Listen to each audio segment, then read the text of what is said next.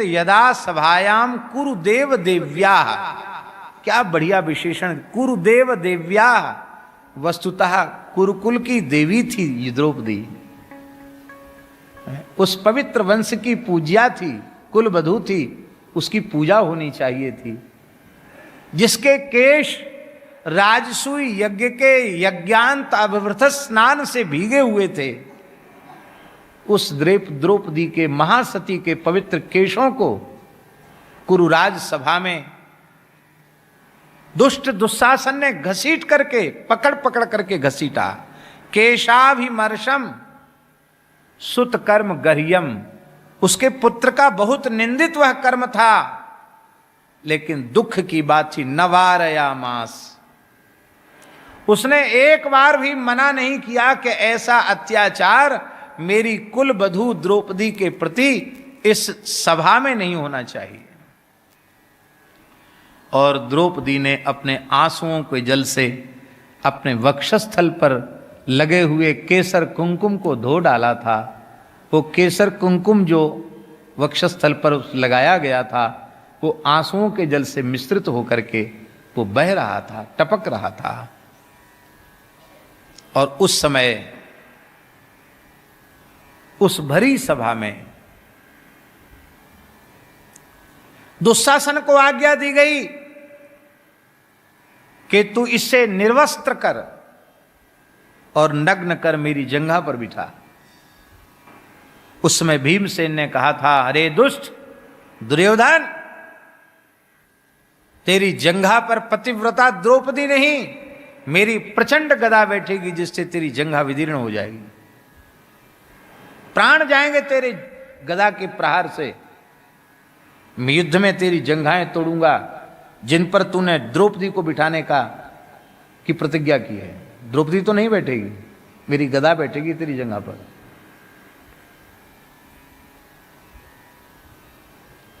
फिर भी नहीं सुना गया उन दुष्टों के द्वारा। द्रौपदी के पवित्र वस्त्र को पकड़कर दुष्ट दुशासन खींचने लग गया। द्रौपदी बिचारी क्या कर सकती थी? 10,000 हाथियों का बल था दुशासन में। द्रौपदी ने एक बार उस धर्म सभा की ओर देखा जिसमें बड़े बड़े महापुरुष बैठे थे, द्रोणाचार्य, कृपाचार्य, अश्वत्थामा, ये सब ऋषि पुत्र हैं। अश्वत्थामा भी तो ऋषि पुत्र है। भीष्म पितामह, द्रौपदी के 5 पति भी बैठे थे। एक एक करके सबकी ओर देखा, लेकिन सबकी नजर नीची थी। पांडव भी नीचे देख रहे थे।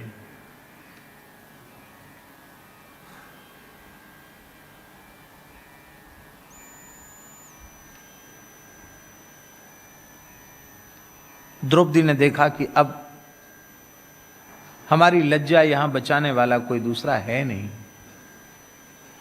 दाक्षिणात्य एक आचार्य हुए हैं श्री पराशर भट्टाचार्य स्वामी, उन्होंने श्री गुण रत्न कोश नाम का ग्रंथ लिखा जिसमें श्री जी की महिमा का विशेष रूप में वर्णन है, श्री जी के वैभव का वर्णन है। तो उसमें वो लिख रहे हैं कि द्रौपदी ने जब सबकी ओर देखा और सबकी नजर नीची थी, तब पुनः एक बार द्रौपदी ने कृपाचार्य की ओर देखा, फिर से देखा और केवल कृपाचार्य की ओर देखा। क्यों? आचार्य माने गुरु, और गुरुदेव की जैसी कृपा और किसी में होती नहीं है। गोस्वामी जी ने कहा, जय जय जय हनुमान गोसाई, कृपा करहु गुरुदेव की नाई। इसका मतलब गुरुदेव के जैसी कृपा गुरुदेव ही करते हैं। तो द्रौपदी ने मानो द्वारा नजर इसलिए मिलाई कि एक तो तुम आचार्य हो, अरे कुछ नहीं तो कुल गुरु तो हो, आचार्य हो, और फिर तुम्हारे नाम में कृपा शब्द जुड़ा हुआ है। तो कृपाचार्य ही कृपा नहीं करेंगे तो कृपा कौन करेगा?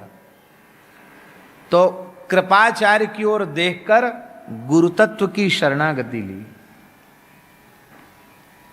कृपाचार्य के रूप में गुरुतत्व की शरणागति ली, और जैसे ही गुरुतत्व की शरणागति ली कि तत्व तो अखंड मंडलाकारम व्याप्तम येन चराचरम तत्पदम दर्शितम येन तस्मै श्री गुरवे नमः। गुरु तत्व तो व्यापक तत्व है, व्याप्तम येन चराचरम। तत्काल कृपाचार्य ने, अब वहां बोल तो सकते नहीं है, तो ये उंगली उठाई, संकेत किया। ये चित्त मलिन होता है तो चाहे भागवत सुन लो, चाहे महाभारत सुन लो, चाहे भक्तमाल सुन लो, चाहे गीता जी सुन लो, बोध नहीं होगा। और चित्त निर्मल होगा तो बोलने की जरूरत नहीं पड़ेगी, इशारे में ज्ञान हो जाए। द्रौपदी का चित्त इतना निर्मल है कि जो बात अर्जुन को 18 अध्याय गीता सुनकर समझ में आई, वो भी भगवान के समझाने पर सर्वधर्मान परित्यज्य मामेकम शरणम व्रज अहं त्वा सर्व पापेभ्यो मोक्षयिष्यामि मा शुचो, वो बात बिना गीता सुने द्रौपदी को इशारे में समझ में आ गई। एक उंगली देखकर समझ में आ गई, अरे तू अनेकों की ओर क्यों देखती है, तू एकमात्र श्री कृष्ण की ओर देख।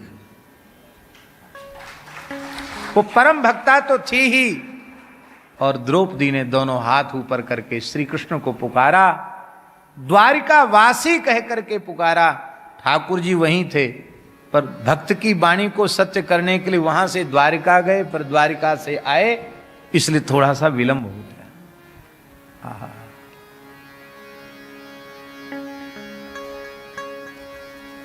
जिस समय द्रौपदी ने भगवान को पुकारा, उस समय भगवान भी द्वारिका में रुक्मिणी के साथ चौसर खेल रहे थे, पासे खेल रहे थे भगवान भी। क्यों खेल रहे थे? बोले हमारे भक्त खेलें, थोड़ा हम भी खेल लें।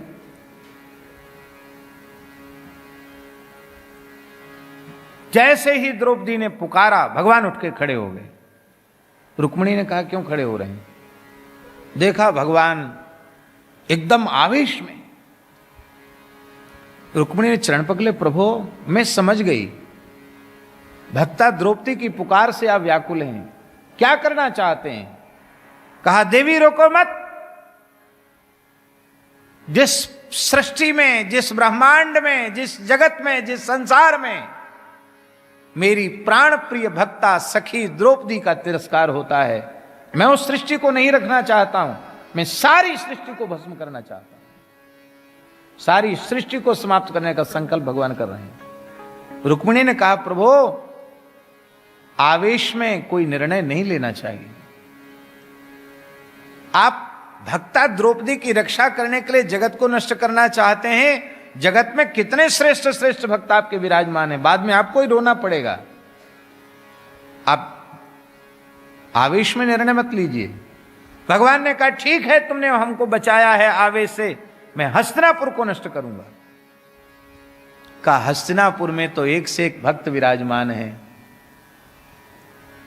महात्मा विदुर भी तो हैं, आपकी काकी विदुरानी भी तो है, कुंती माता भी, आपकी बुआ भी तो वही है। तो भगवान ने कहा मैं सभा को भस्म करूंगा। बोले उसमें भीष्म, द्रोणाचार्य, कृपाचार्य ये सब बैठे हैं। भगवान ने कहा भले ही बहुत बड़े बड़े से बड़े महापुरुष बनते हो, लेकिन मेरी भक्ता के तिरस्कार को सहन किया है इन्होंने, मैं इनको भी नहीं भस्म करूंगा। और भगवान ने कहा कि मैंने जिनको तुम मारने से घबरा रहे हो ना अर्जुन, मया ही ते निहिता पूर्वमेव, मैंने उनको पहले नष्ट कर दिया। कब? जब द्रौपदी के अपमान पर वे नहीं बोले, मैंने उसी समय उनको समाप्त कर दिया था।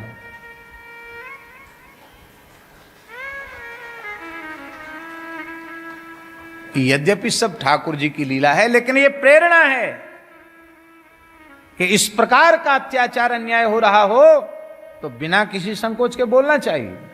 बहुत बड़ा अपराध था। तो मैं नहीं मान सकता, सभा को भस्म करूंगा।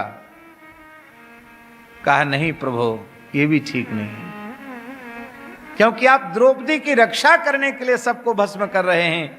अरे द्रौपदी का सुहाग भी तो वहीं बैठा है, पांचों पांडव भी तो वहीं बैठे हैं, वे भी भस्म हो जाएंगे तो द्रौपदी तो फिर सती हो जाएगी, वो महासती है, पतियों के बिना जीवित नहीं रहेगी।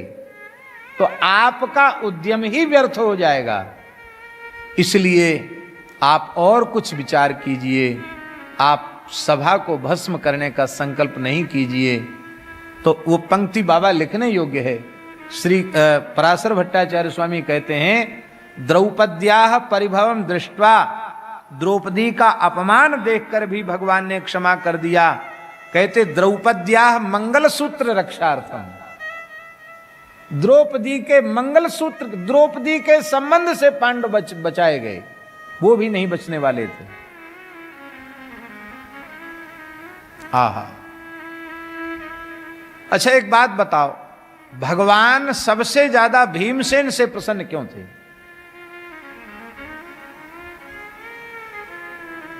सखा तो अर्जुन है विशेष रूप में, पर भीमसेन पर भगवान सबसे ज्यादा प्रसन्न है पांडवों में। उसका कारण है कि भीमसेन ने विरोध किया था, उस समय भी विरोध किया था, और रोते हुए कहा था वेश में कि जिन हाथों से आपने द्रौपदी को दांव पर लगाया, लाओ अग्नि में उन हाथों को जलाऊंगा, मुझे भले ही पाप लगे तो लग जाए, मैं धर्मराज के हाथ से जलाऊंगा, इनको क्या अधिकार द्रौपदी को दांव पर लगाने का।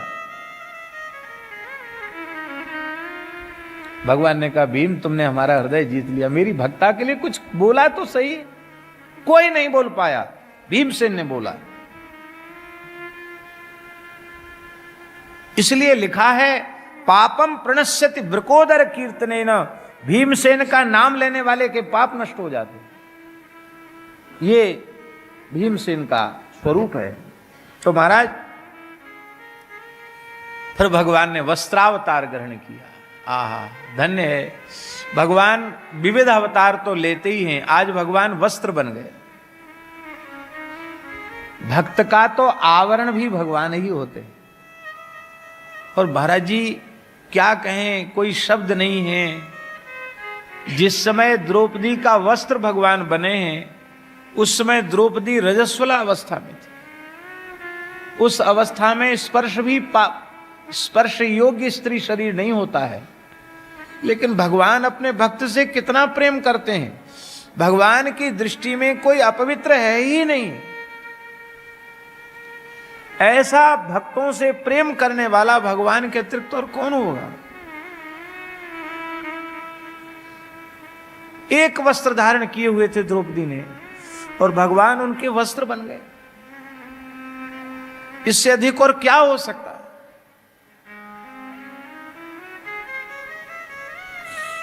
ऐसे भगवान को छोड़ करके यदि किसी का संसार में प्रेम होवे, तो उससे बड़ा दुर्भाग्य और कोई दूसरा है ही नहीं।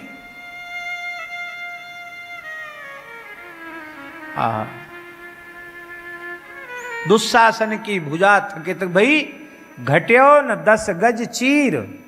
10 गज चीर घटा नहीं, दुशासन की भुजाएं थकित हो गई। बोले कि उस समय द्रौपदी ने अपने सतीत्व के बल से